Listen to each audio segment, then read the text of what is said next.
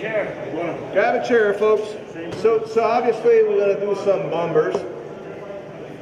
Bumpers, one of the go-to fly for salmon fishing. Definitely good for trout as well. I got this bumper, dependency. I started tying those at the age of about 10 years old. And the first demonstration I had, there was probably about 200 people, and I had buck fever. It wasn't good. It wasn't a pleasant experience at all, which my father told me when I came back home. He said, listen, you were shaking pretty good. I said, yeah, I was, but it was.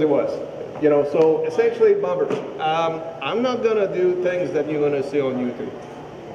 Okay, so if you came here, it's because you don't want to see stuff you see on YouTube all the time. So what I'm gonna show you is about 90% of how I tie bumpers. Okay, I'm an island of knowledge. So I didn't really have mentors. I basically became who I became through trial and error, being on the river.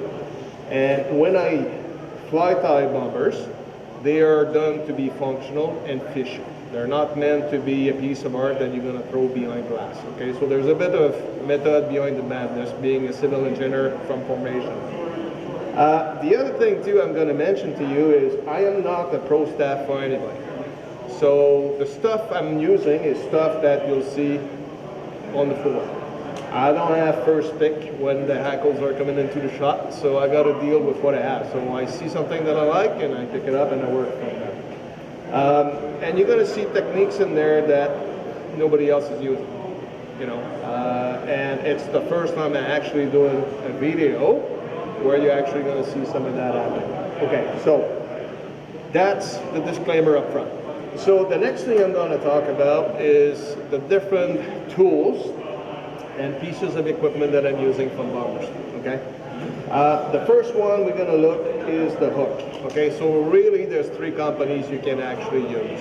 You can use Mustad, you can use Daiichi, you can use Partridge, and there's actually a fourth one called Ahrex. Okay. I do not know much about Ahrex. Jacques showed me a couple of samples, and it kind of reminds me very much of the old CS42 Partridge. Okay, so a couple of things about the hooks. Daiichi 2110, 2117, very light. Okay, which is great for a dry fly. The drawback of these hooks is they're extremely fragile. You hit them on the rock, they're gonna break. Okay. Their quality control is not the best. Sometimes you'll see something that, oh, what happened there? Okay, you're not going to be able to use the hook. But I gotta say, in terms of, something that's going to bite, that's one of the best hooks because it's so narrow, it really gets deep into the mouth of the fish, and that's pretty good. The next one is about Mustad. I grew up on Mustad. Okay, it's a good compromise between quality and price. And there's the 9672 that I've used, which is essentially a 4X shank. Sometimes I do use a 79580, and I normally use the Mustad either for the number 2s and bigger, or the very small one, number 8 and smaller. One that I like is a trout hook 94840, which from an actual shank point of view, it is really a number 8. But when you look at the gap on it, it's a number 4. And for small dry flies in the middle of July, August, that's my go-to hook. That does marvelous stuff. CS42, I've used that and I'm still using it. Okay, 4, 6, and 8. I rarely go smaller than that. That's why I'm going to go to the Mustad that I showed you.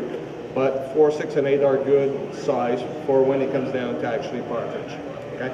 Ahrex, I do not know it, so I'm not going to comment about it. Okay. The tools. So let's start with the thread, for example. If you were to tie poppers, you probably go with the GSP gel spun 100, and you could torque this thing and you're not going to break it.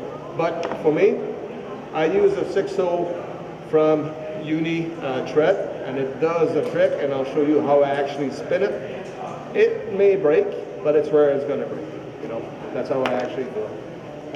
The rest of the tools are tools that we're going to use along the demo. So I'll come and I'll do the same thing with the butt now. I'm going to try to clean it a little bit. Now I'm going to push my hackle down, okay, and then I'm going to hold it, and I'm going to clean the rest of it down. There we go. So that's good. All right, cool. Okay.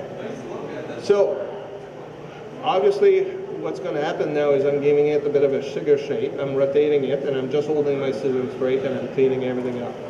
Okay. Now, if you're a perfectionist, you could use a razor blade to finish up whatever you need to finish up. But for fishing, this bomber is going to do the trick. Okay. You don't want it to be overly big. That is probably the good size. You don't want it to be much bigger than a pen size in terms of diameter there. Okay, there we go. All right. Perfect. That does the trick. So I'm coming up, reinstalling my thread. Okay. Now, what's going to happen is I'm going to lift it. Okay. I'm going to secure it a little bit, so this way this is not moving anywhere. This is the angle I want it to be. Now, here's the trick. Turn it towards you, take your scissors, hold it there, and try to divide it in half. Okay? So, you got it in half. Now, the best way to find out if you have the half is roll it in your finger and look at the diameter at the base. Like in this case right now, I know this size is actually thicker, so I'll take a couple of airs. I am now 50-50. Okay? I'm holding it because I twisted it. It's not going to go anywhere. 1, 2, 3, 4. Turning it around. 1, 2, 3, 4. Now, I'm going to show you a cool trick. I'm an engineer, like I said. What I try to do now is I come and I roll it around the base of each wing. And you'll see what that does in a second. Okay? I'm doing it on the same thing on the other side. Okay, now here's the logic behind it. And then I'm going to cross it figure 8 again. So, if I want the fly to fall fast, I'm going to pull the wing up, and the wings are going to stay like that. If I want it to fall slow, I'm going to open it up, they're going to stay like that. Okay? That's the engineering side of the house. Nobody does that. Okay? But I'm opening my fly tying kimono here today because I want you to learn. Okay? That's 40 years of knowledge being passed right now. Okay, the next thing that's going to happen is to basically have the head hackle. So I could, okay, let's go back here for a second.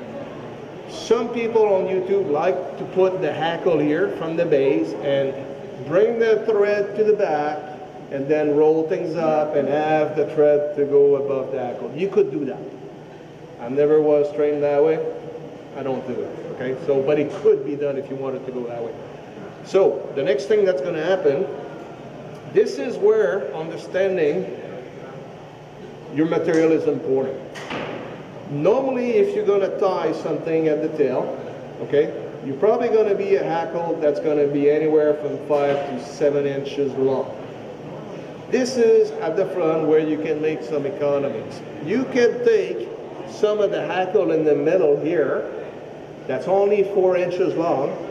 You tie 2 or 3 of those, and then you'll be able to have a very good wing at the front, okay? Because you'll be able to do that. So, let's see what I can pull. I'm going to show you an example of that. So I got this hackle here. It's only about 4 inches long, okay? That's okay. That'll do the trick. I mean, it's about making the best with what you have. The next one I'm going to try to get is going to be this one here, for example, okay? Now, when it comes time to the front hackle, it doesn't have to be